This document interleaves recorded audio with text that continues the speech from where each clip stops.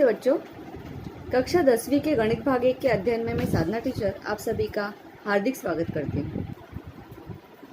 आज हम देखेंगे पार्ट 1 दो चरांक वाले रेखीय समीकरण यानी कि पहले पार्ट के एक गुणांक वाले पर्यायवाची शब्द। प्रश्न, पर्यायवाची प्रश्न मतलब क्या?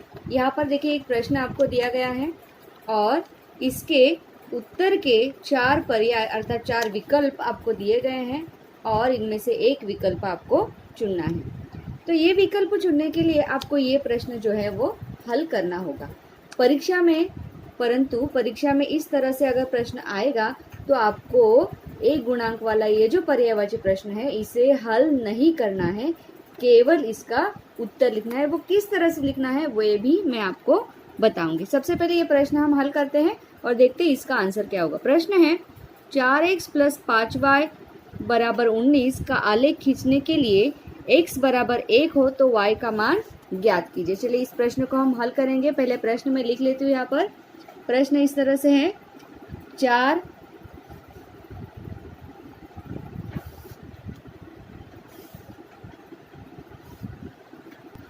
प्रश्न मैंने यहाँ पे लिख लिया है 4x + 5y = 19।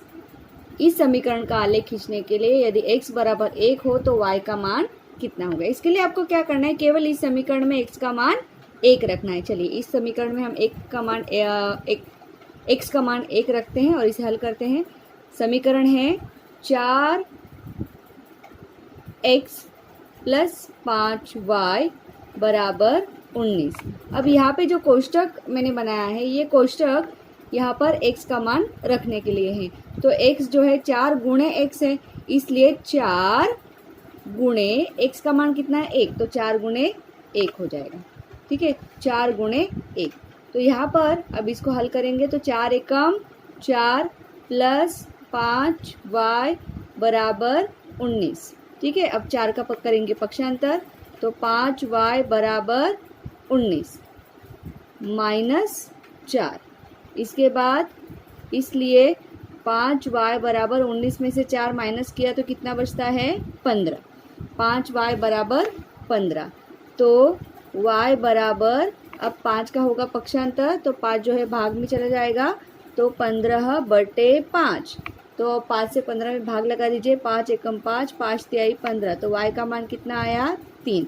तो ये आपका उत्तर है। परंतु यह प्रश्न जो है आपको इस तरह से परीक्षा में जो कृतिक पत्रिका में पहला प्रश्न आएगा उसमें पहले के बी प्रश्न में यह जो प्रश्न आपको पहले के ए प्रश्न में ये प्रश्न आपको पूछे जाएंगे तो उसमें इस तरह से हल नहीं करना है, केवल आपको इस तरह से आंसर लिखना है। देखिए ये पहला प्रश्न है। अरे क्यों चल नहीं रहा है? हाँ, पहला प्रश्न और पहले प्रश्न का उत्तर कितना आया हमारे पास y = 3। तो पर्याय में देखिए y = 3 किसमें, पहले पर्याय में 4 है, दूसरे में 3, तीसरे में 2 और चौथे में -3 है, तो उचित पर्याय है 3। तो पहला प्रश्न और पहले प्रश्न का उत्तर है उत्तर का पर्याय बराबर बी। ठीक है, आपको उत्तर नहीं लिखना है, केवल कौन सा पर्याय है वो लिखना है। आप इस तरह से भी लिख सकते हैं। देखिए पहला आंसर बी। ठीक है, तो इस तरह से पहला प्रश्न हल किया। चलिए अब दूसरा प्रश्न हल करते हैं। दूसरा प्रश्न देखिए, x तथा y चरांक वाले युगपत समीकरण के लिए यदि dx = 49 है, dy = -63 तथा d = 7 हो तो x का मान कितना। ठीक है, यहाँ पर 4 पर्याय दिए गए हैं। यहाँ पर हम हल करेंगे। ये जो dx, dy और d, ये इसके बारे में एक सूत्र आपको याद होगा कि x कैसे ज्ञात करते हैं और y कैसे ज्ञात करते हैं। वो सूत्र मैं यहाँ पे लिख देती हूँ। देखिए ये सूत्र है x = dx/d। क्योंकि हमें केवल यहाँ पर x ज्ञात करना है तो y का सूत्र लिखने में कोई भी इसकी ज़रूरत नहीं है। तो x बराबर क्या लिखा हमने dx/d। देखिए x = dx/d, तो यहाँ पर केवल dx और d के मान रख देंगे तो x का मान हमें यहाँ पर ज्ञात कर सकते हैं। तो dx का मान कितना है, देखिए dx का मान है 49 और d का मान है 7। तो dx का मान यहाँ पर 49 और d का मान है 7। भाग लगा दीजिए, 7 एकम 7, 7 सत्ते 49। तो x का मान कितना आया, 7। ये आपका आंसर है। परंतु पर्यायवाची प्रश्नों में आपको इस तरह से आंसर लिखना है क्या, नहीं, आपको केवल लिखना है यहाँ पे दूसरा प्रश्न और दूसरे प्रश्न उत्तर का पर्याय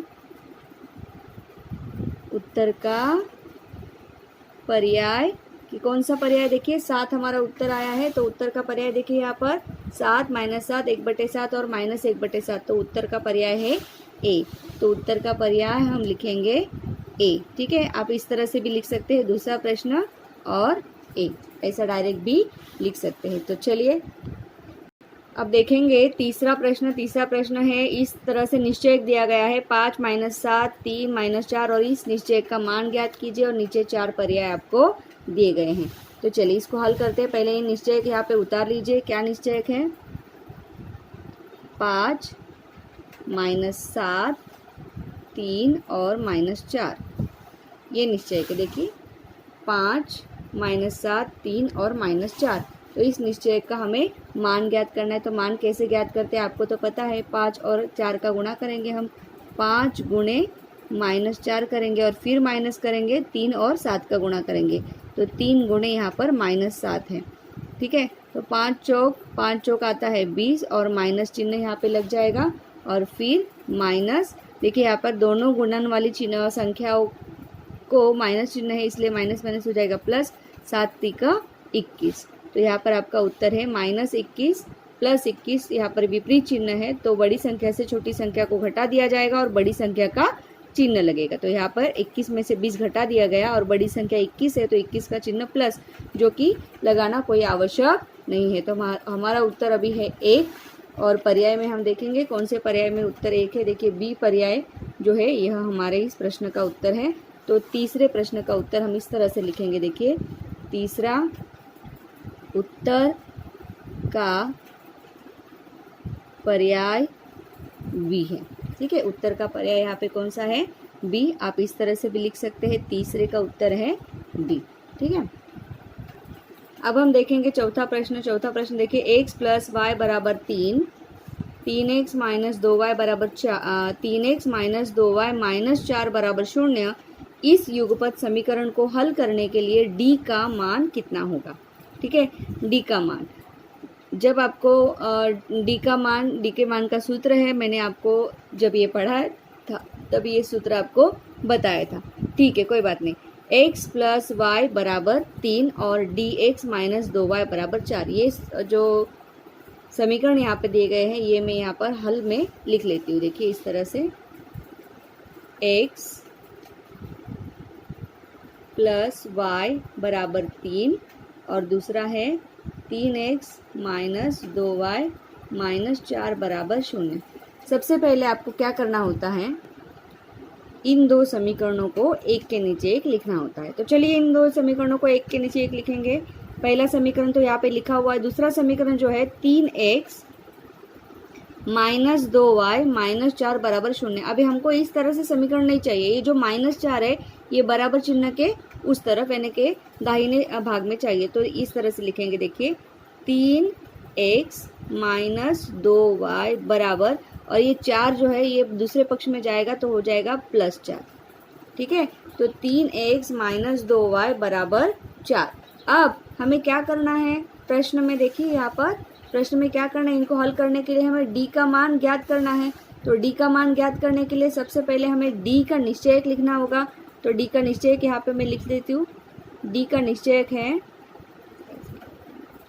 d बराबर, ये निश्चयक d का निश्चयक होता है पहला और दूसरा। हाँ, अब पहला दूसरा कैसा, देखिए ये लाइन पहली होती है, मैंने बताया था आपको जब ये पढ़ाया था, ये लाइन पहली होती है और ये लाइन जो है यह दूसरी होती है। ठीक है, पहली और दूसरी लाइन। तो x का कोएफिशिएंट यानी कि x का गुणांक जो है 1, यहाँ पर मैंने ये कर दिया, लाइन खींच दी, इसलिए ये समीकरण में वापस यहाँ पे लिखती हूँ आपकी समझ के लिए। देखिए हमारे समीकरण थे x + y = 3 पहला, और दूसरा समीकरण है 3x - 2y = 4। ठीक है, तो हमको क्या करना है, x का गुणांक लेना है यहाँ पर, x का गुणांक यहाँ पर 1 है, फिर दूसरे x का गुणांक है 3 उसके नीचे, फिर y का गुणांक है यानी कि पहला दूसरा यानी कि y का गुणांक यहाँ पे कुछ भी नहीं है ना, तो 1 है तो 1 लिख दिया यहाँ पर, और दूसरे y का गुणांक -2 है तो यहाँ पर -2 लिख दिया। अब इस d का हमें मान ज्ञात करना है। मान ज्ञात करते समय हम क्या करते हैं, इस तरह से गुणा करते हैं। 1 का गुणा होगा -2 के साथ, तो 1 गुणे -2, फिर माइनस चिन्ह आएगा, फिर 1 का गुणा होगा 3 के साथ, 1 का गुणा होगा 3 के साथ, बराबर 1 गुणे 2 हो जाएगा -2, और फिर 3 एकम 3।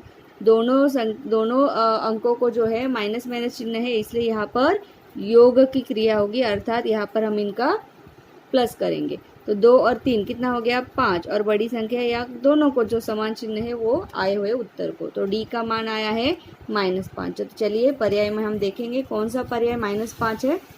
देखिए यहाँ पर ए पर्याय है 5, बी पर्याय है 1, सी पर्याय है -5 और डी पर्याय है -1। हमारा उत्तर पर्याय क्रमांक सी है -5। यह उत्तर आपको नहीं लिखना है, आपको पर्याय का क्रमांक उत्तर में लिखना है। तो ये प्रश्न था चौथा प्रश्न।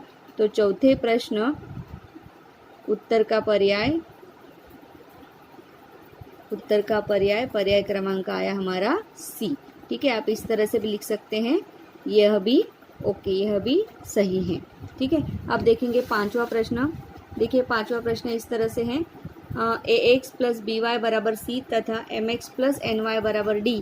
इस समीकरण में यदि an is not equal to bm, यानी कि an यह गुणा bm इस गुणे के बराबर नहीं है, तो दिए गए समीकरण का एक ही हल होगा, हल नहीं होगा, असंख्य हल होंगे, सिर्फ 2 हल होंगे।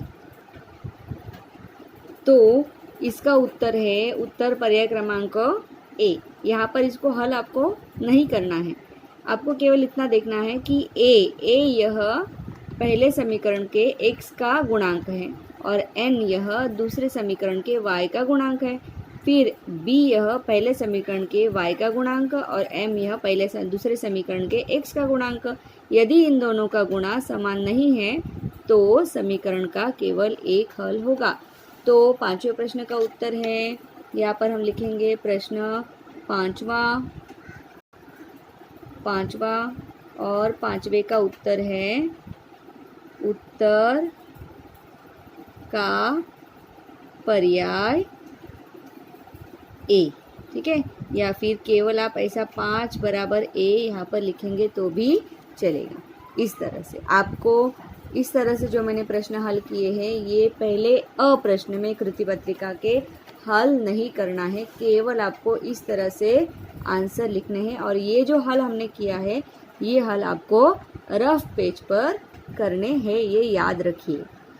ये वीडियो देखने के लिए आप सभी का बहुत बहुत धन्यवाद।